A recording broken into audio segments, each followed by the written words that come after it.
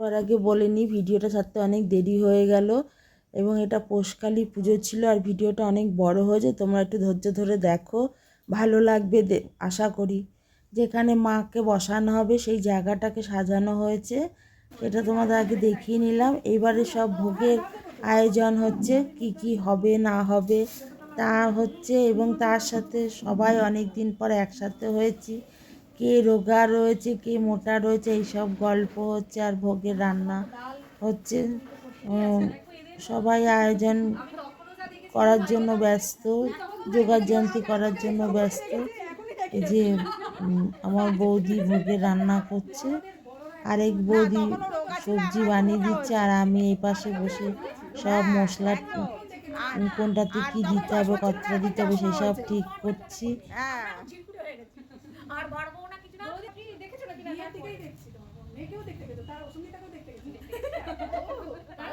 পেছনে বৌদি আর আরেক বৌদির মেয়ে দোলনা দুলছে। এবারে দেখো মা আসছে বাড়িতে, আমি তিনতলা উপর থেকে ভিডিওটা করছি। মাকে নিচে সবাই এসেছে, সবাই বরণ করছে মাকে। বরণ করে মাকে এবার তিনতলায় তোলা হবে। দেখো খুব কষ্ট করে মাকে, কত রিস্কে মাকে তিনতলায় তোলা হয়েছে।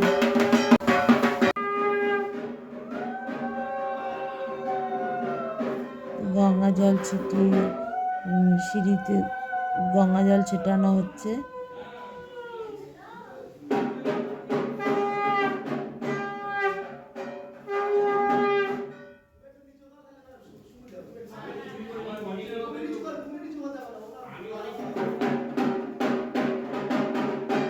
এবার যে মাকে আনা হচ্ছে সিঁড়ি দিয়ে, পুরো একতলার থেকে তিনতলাতে মাকে তোলা হয়েছে।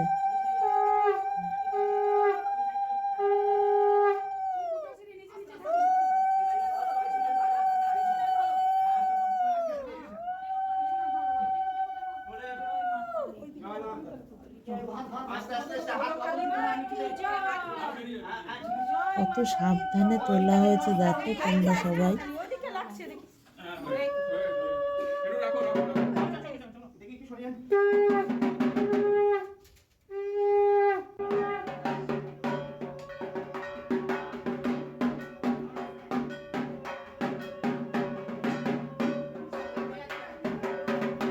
এবার মাকে মায়ের আসনে বসানো হবে, দেখো বসিয়ে দেওয়া হচ্ছে।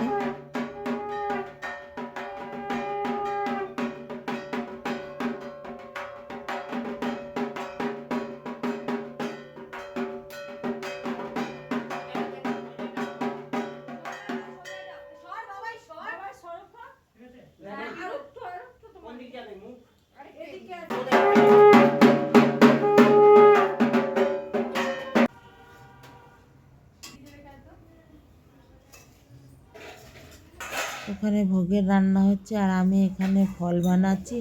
108টা নৈবেদ্য তৈরি করতে হবে, ওইটার দায়িত্ব আমার ছিল।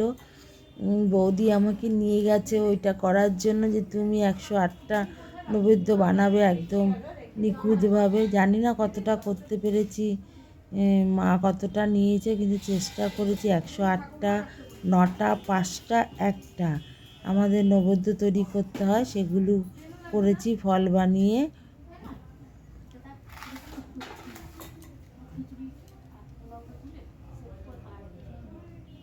আর ওখানে ভোগের খিচুড়ি আর পোলাও বসেছে। দেখো মায়ের এখানে ভোগ সাজানো হয়ে গেছে এবং মায়ের ব্রাহ্মণও চলে গেছে, পুজোতে বসে গেছে। 108টা দুব্বা বাছা হচ্ছে, 108টা বেলপাতা বাছা হয়েছে। মূলকে বলেছিল আনতে,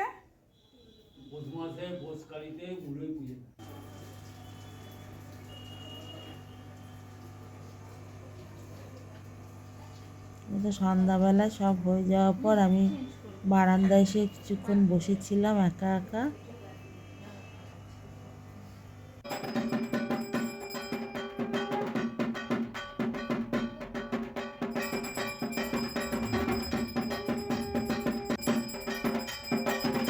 শুরু বসে পুজো দিচ্ছে।